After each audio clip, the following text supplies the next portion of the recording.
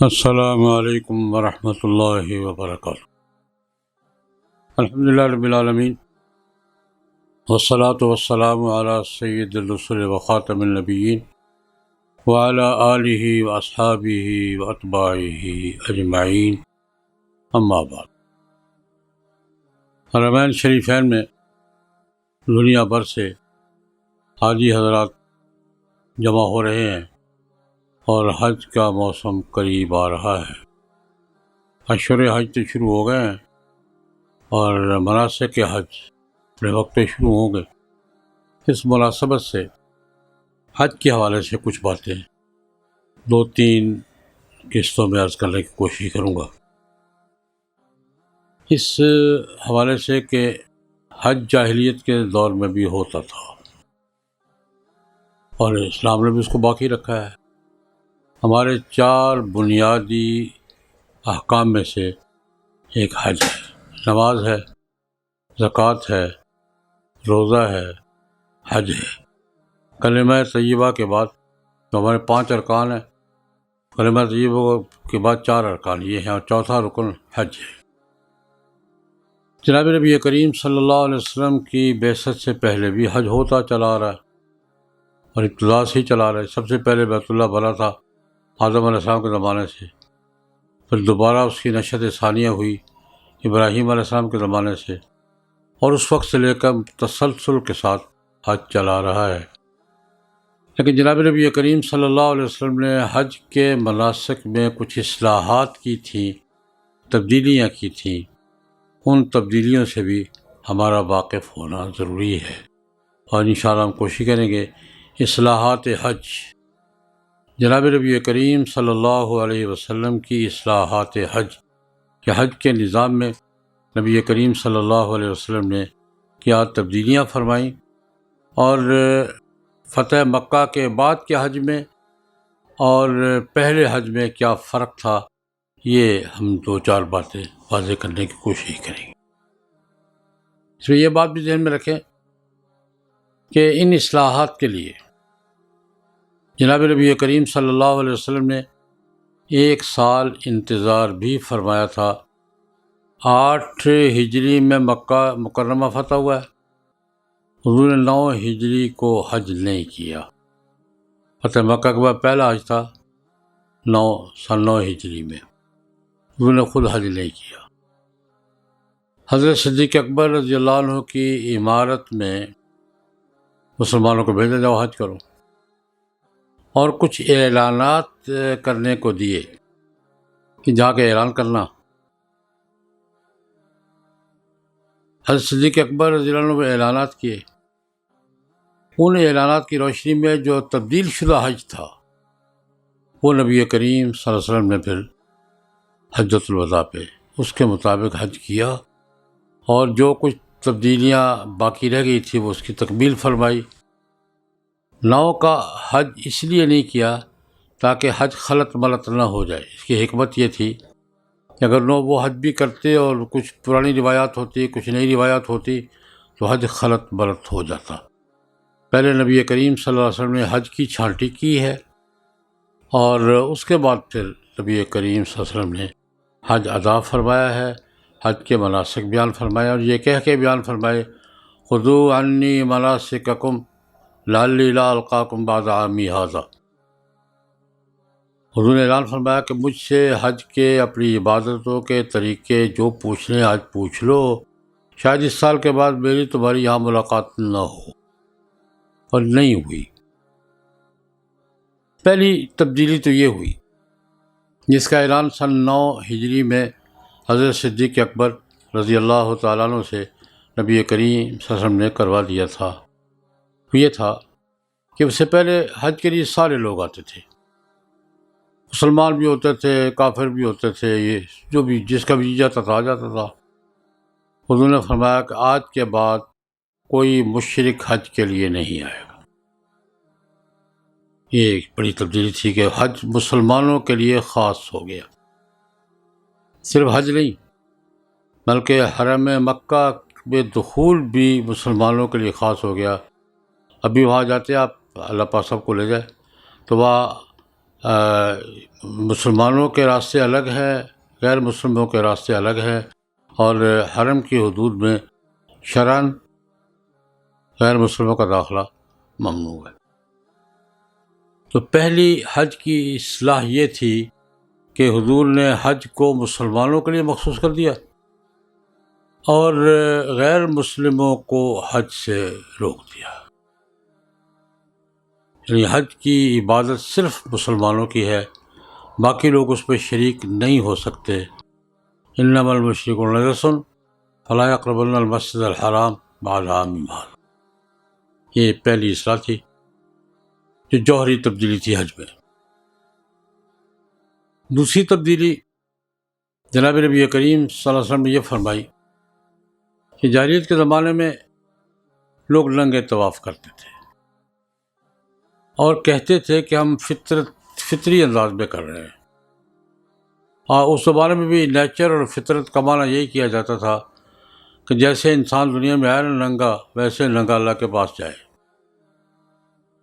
تو ننگے طواف کرتے تھے، سارے نہیں، بہت سے لوگ۔ مرد تو بالکل ننگے ہوتے تھے اور عورتیں ایک انڈر ویئر سا پہنا ہوتا تھا جیسے پہلوانوں کی لنگوٹی ہوتی ہے، اور سینے پر ایک پٹی باندھی ہوتی تھی اور طواف کرتے تھی، اور روایات میں آتا ہے کہ وہ یہ کہتی جاتی تھی کہ میں اللہ کے دربار میں لگی ہوئی ہوں، الیوم یبدو کلہ او بعضہ فالذی یبدی فلا احلہ۔ بعض روایات میں آتا ہے کہ عورتیں بالکل ننگے طواف کرتی تھی اور یہ پڑھتی جاتی تھی تلبیہ کے ساتھ ساتھ، آج میرا بدن سارا ننگا ہو یا کچھ حصہ ننگا ہو، میں کسی کو دیکھنے کی اجازت نہیں دیتی۔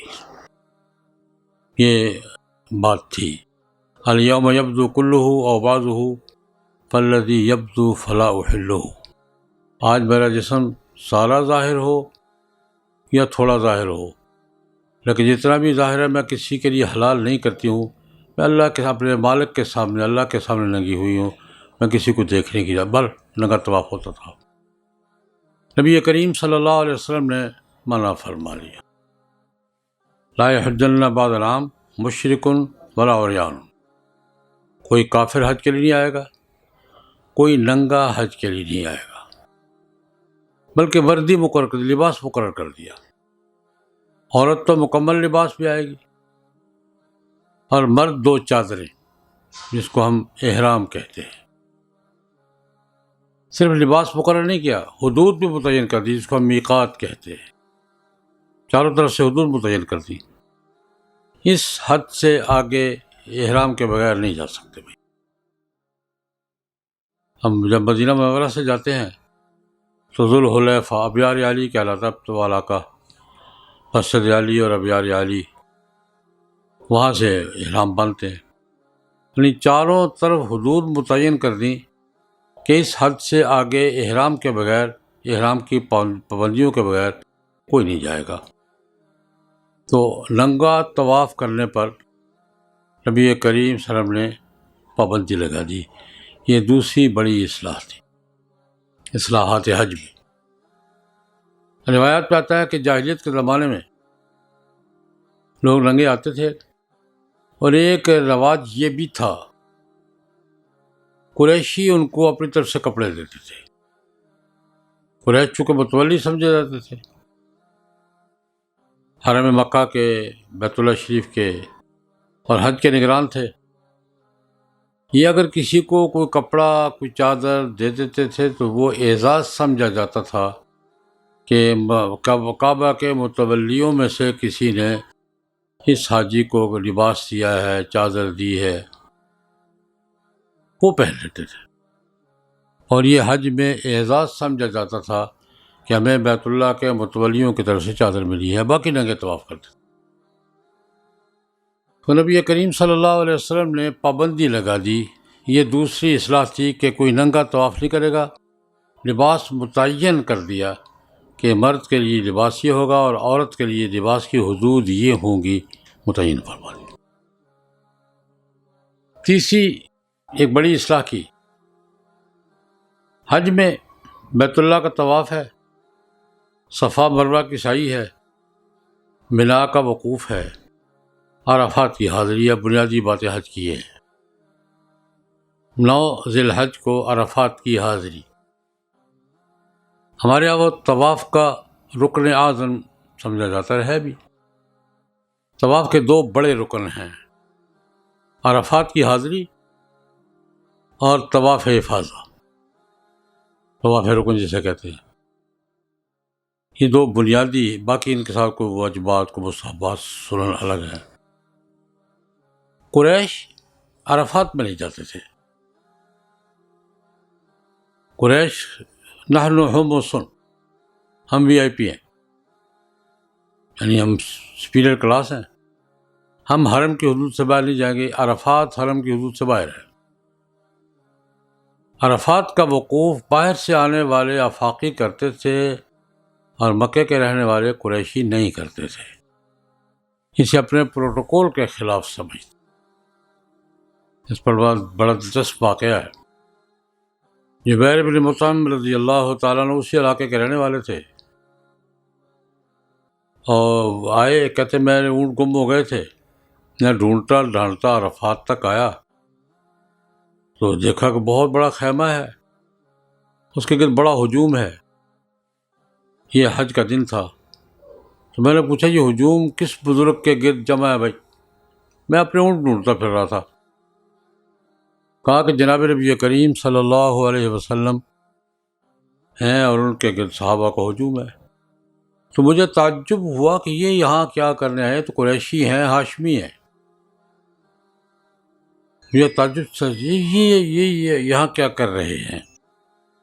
قریشی تو یہاں نہیں آیا کرتے تھے۔ کہتے کہ میں نے جناب نبی کریم صلی اللہ علیہ وسلم سے پوچھ لیا تو حضور نے فرمایا نہیں بھائی، یہ سب کے لیے عرفات کی حاضری ضروری ہے۔ تو سب کے لیے عرفات کی حاضری ضروری قرار دی، اور قریشیوں نے جو استثناء رکھا ہوا تھا وہ ختم کر۔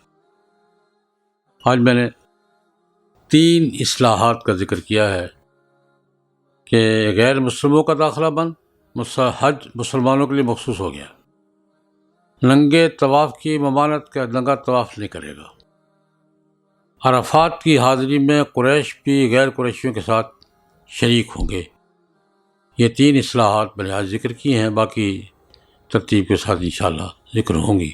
اللہم صلی علی سیدنا محمد النبی الامی وآلہ وصحبہ وبارک وسلم۔